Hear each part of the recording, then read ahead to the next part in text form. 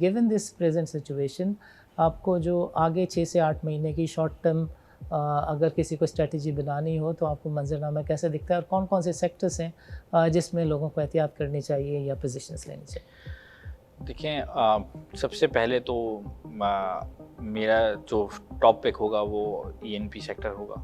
ज़ाहिरन खाली पाकिस्तान में आप आज बात करेंगे तो आपका ENP sector is not even trading on the real potential of what they are their core business जो ईएनपी है। Right. इसमें अभी माइनिंग है, इसमें अभी बहुत सारे वैल्यू एडिशंस हैं। हमने रिकॉर्डिंग देखा, जब रीजन में सेटलमेंट हो रही होगी, चीज़ें हो रही होंगी तो definitely recording will be the on the limelight, चीज़ें चल रही होंगी। तो मुझे लगता है कि ENP sector would be on the higher side in your portfolio, followed by again जो आपने थोड़ा कमेंट किया, might not be related to Pakistan, but overall हमने देखा कि सीमेंट स्टॉक्स या सिक्लिकल सेक्टर जो है वो काफ़ी ज़्यादा अंडर परफॉर्मर रहा है। Now we have seen the interest. हमने देखा एक डिस्काउंटेड स्कीम मेरा घर प्राइम मिनिस्टर स्कीम आ रही है, वो अवेलेबिलिटी है। आई थिंक वो एक बहुत बड़ा बूस्टर देगी इस सेक्टर को। इस सेक्टर में बहुत पोटेंशियल लगता है मुझे डाउन द रोड। जितना ईवी पर टन पे आज आपको सीमेंट पाकिस्तान में मिल रहा है तो इतने में तो लोगों की फैक्ट्री नहीं लगती सर। बहुत इससे 2 गुना ऊपर महंगी फैक्ट्री लगती है। सो मैं अगेन हर एक से वो बात करता हूँ, judgement of the investment should be एक रियल एस्टेट की प्राइस जो 10 साल 20 साल पहले थी या 25 साल 50 साल पहले थी, फैक्ट्री लगाने की कॉस्ट आज वही फैक्ट्री आप रिप्लेस करने जाते हैं तो वो कितने कॉस्ट की लगती है, वो सोच के आप स्टॉक पे इन्वेस्ट कर दें। अगर आप एक फर्टिलाइज़र प्लांट, एक सीमेंट प्लांट लगाने जा रहे हैं, एक बैंक खोलने जा रहे हैं जिसकी 2000-2500 ब्रांच नेटवर्क है, how much it gonna cost you. अगर एक सिस्टम में अवेलेबल ऑप्शन मौजूद है, so why not invest in the available current option. हो सकता है वो फॉर द टाइमिंग उसके साथ कोई सिनेरियो हुआ हो सकता है कोई ओवरहेड कॉस्ट बढ़ गई हो for the timing, but definitely things will not replace the giant.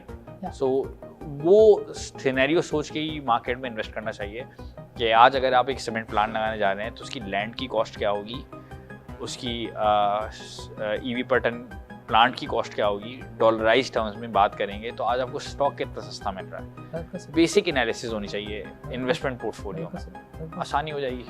Market में लोग बहुत बातें कर रहे हैं इन्वेंट्री गेन्स की, पीएसओ समेत काफ़ी स्टॉक्स की लिस्ट है जो सर्कुलेट कर रही है।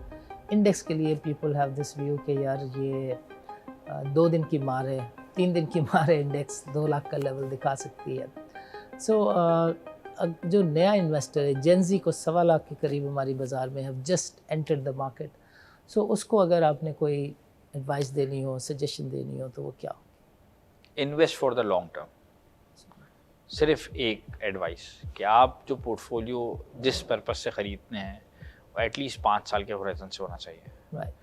अगर आपको डेली ट्रेडर बनना है, शॉर्ट टर्म ट्रेडिंग करनी है, उसकी स्ट्रैटेजीज अलग हैं and that should all placed when you are doing the trading.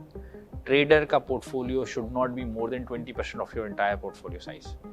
हम नॉर्मली क्या करते हैं, हमारे सिनेरियो में हम स्टॉक लेते हैं 1 रुपये पर बेचने के लिए, जब वो नीचे आए तो हम लॉन्ग टर्म इन्वेस्टर बन जाते हैं। so, हमारा जो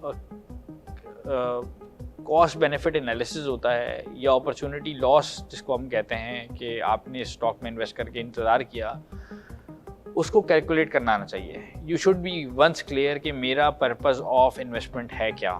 अगर मेरा पर्पस ऑफ इन्वेस्टमेंट क्लियर है कि मुझे कैमरा खरीदना है, गाड़ी खरीदनी है, तो the moment I got the money for the car, मैं वो स्टॉक लिक्विडेट कर दूँ। And if you are planning for the retirement, तो रिटायरमेंट पे लिक्विडेट कर रहे हैं ना आपने। सो आपका डे फर्स्ट वो क्लियर होना चाहिए। मैं जेनजी से रिक्वेस्ट करूँगा, हर इन्वेस्टर से रिक्वेस्ट करता हूँ, जिस तरह प्लॉट खरीदते हैं ना वैसे स्टॉक खरीदा करें। उसके रेट रोज नहीं देखे जाते हैं, उसको भी पालें, उसको भी रखें, उसको रखा जाता है फॉर द। आप घर खरीदते हैं, आपकी नेक्स्ट जनरेशन बेचती है। दिस शुड बी, यानी वेल्थ क्रिएशन इसी तरह की जाती है। This should be like this. बिल्कुल सही। Your final word about the capital market, 6 महीने कैसे दिखते हैं आपको? हर दफ़ा, हर वक्त, हर रेट पे स्टॉक मार्केट अच्छी लगती है, लेना चाहिए। ज़बरदस्त ज़बरदस्त। तो सैयद फरहान मोहम्मद रिजवी साहब का प्रोग्राम के लिए वक्त निकालने का बहुत बहुत शुक्रिया। नाज़रीन, आपने देखा कि कितनी क्रिएटिव बातचीत हुई। रीजन के ऊपर हमने एक ताराना से जायज़ा पेश किया और हमने देखा कि कौन कौन से पावर्स हैं वो फेड आउट हो रहे हैं, कौन कौन सी ताकतें हैं जो फेड इन हो रही हैं। चाइना के उभरते हुए किरदार के ज़िम्मे में हमें ये भी नज़र आया कि पाकिस्तान भी कहीं ना कहीं आप यूँ कहें कि दरीचे से झांक रहा है। और जो नई पावर इक्वेशन है उसमें हमें अब नज़र आता है कि अरब स्टेट सिक्योरिटी सीकर्स होंगी और सिक्योरिटी प्रोवाइडर्स में अमेरिका को होपफुली रिप्लेस करने जा रहे हैं चाइना और पाकिस्तान, और जिसमें जो ईरान है वो एक दुश्मन नहीं बल्कि दोस्त मुल्क के तौर पे उभरता हुआ नज़र आ रहा है। और सारी दुनिया में, जो फरहान साहब ने एक और बात हमें बताई हुई थी कि सारी दुनिया में जो गेम है वो रीजनलिज़म का है। जो ग्लोबल विलेज और उससे जुड़ी भी जितने माशी और मईशती मॉडल थे वो दम तोड़ रहे हैं। इन सब बातों का किसी हद तक जो बेनिफिशरी है वो कहा जा सकता है कि पाकिस्तान है, क्योंकि पाकिस्तान में अभी देखा गया कि एक दुनिया की बड़ी शिपमेंट कंपनी ने $2 अरब से सरमायाकारी शुरू कर दी। पाकिस्तान की जो पोर्ट है उसने 4 दिन में पूरे साल का टर्नओवर देख लिया। पाकिस्तान की मईशत के बारे में कहा जा रहा है कि पूरे सेंट्रल एशियन स्टेट तक के जो रास्ते हैं वो फरहान मोहम्मद रिजवी साहब ने बताया कि वो खुल गए हैं and Pakistan is now at the centre. Pakistan originally भी जो है वो एंट्री टू द एशिया थी, गेटवे टू द एशिया थी। Somehow nature played some wrong tricks और आज पाकिस्तान दोबारा से is right into the centre.